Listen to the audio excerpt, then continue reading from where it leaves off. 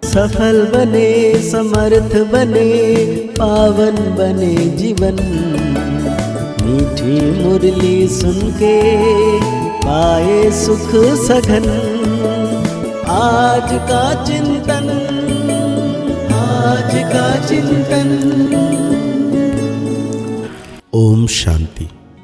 Good morning. स्नेह का सागर मीठा बाबा हम बच्चों को रोज दिव्य मुरली सुनाकर, मीठी मुरली सुनाकर देवता बनाने की शिक्षा दे रहे हैं। बाबा कहते हैं बाप रोज रोज पढ़ाते हैं, यह पढ़ाई कभी मिस नहीं करनी है। इस पढ़ाई से ही अंदर का संशय दूर होता है। साथ में बाबा पूछ रहे हैं बाप के दिल को जीतने की युक्ति क्या है।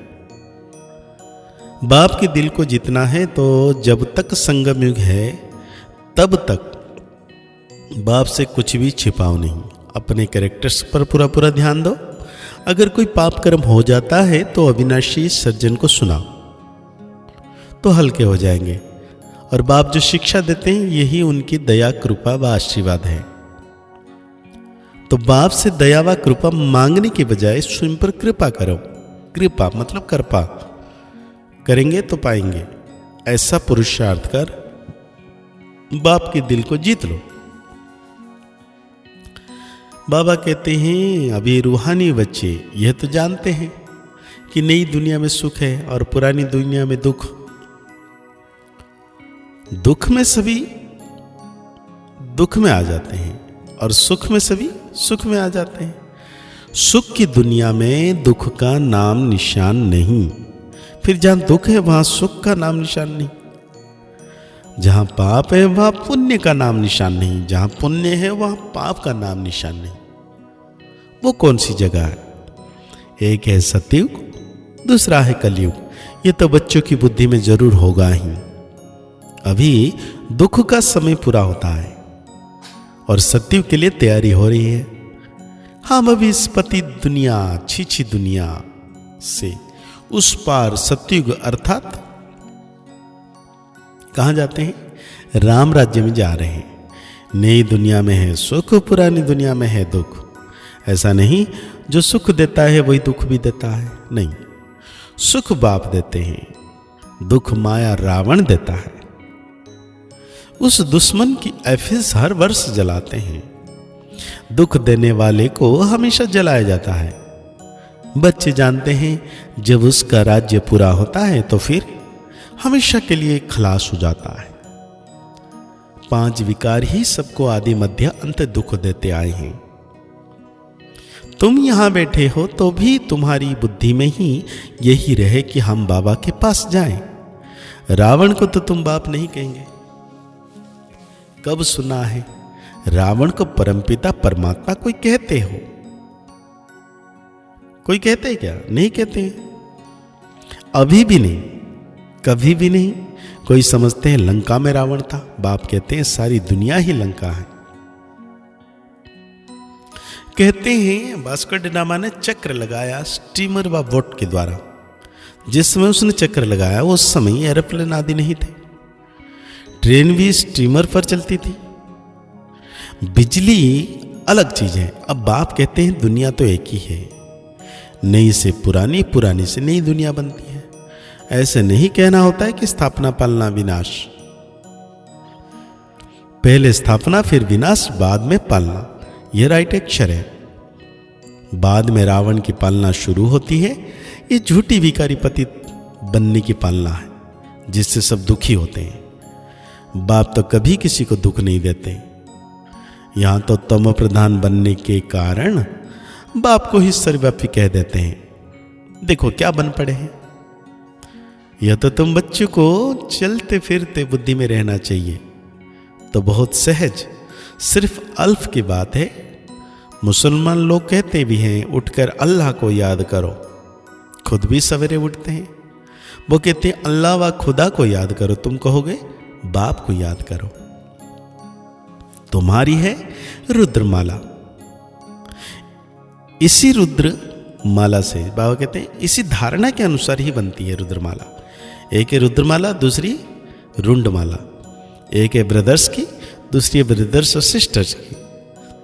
ये तो बुद्धि में आता ही है, हम बहुत छोटी छोटी बिंदी मुआफिक है। गायन भी है, भ्रुकुटी के बीच चमकता है अजब सितारा। अभी तुम समझते हो हम चैतन्य हैं, एक छोटे सितारे मिशल है। फिर जब गर्भ में आते हैं तो पहले कितना छोटा पिंड होता है, फिर कितना बड़ा हो जाता है। वही आत्मा अपने द्वारा अविनाशी पाठ बजाती रहती है। इस शरीर को ही फिर सब याद करने लग पड़ते हैं। बाबा कहते हैं मीठे मीठे बच्चे, जब यहां बैठते हो ना तो बुद्धि में यही याद रहना चाहिए, और सत्संग में और बातें बुद्धि में आती है। यह तो एक ही पढ़ाई है जिससे तुम्हारी कमाई होती है। उन शास्त्र आदि पढ़ने से कोई कमाई नहीं होती।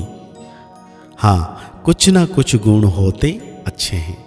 ग्रंथ पढ़ने बैठते हैं तो ऐसे भी नहीं कि निर्विकारी होते हैं।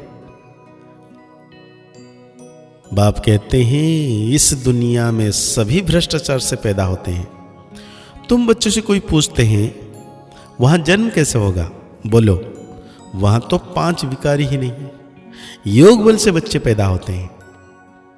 पहले ही साक्षात्कार होता है कि बच्चा आने वाला है, वहां विकार की बात नहीं।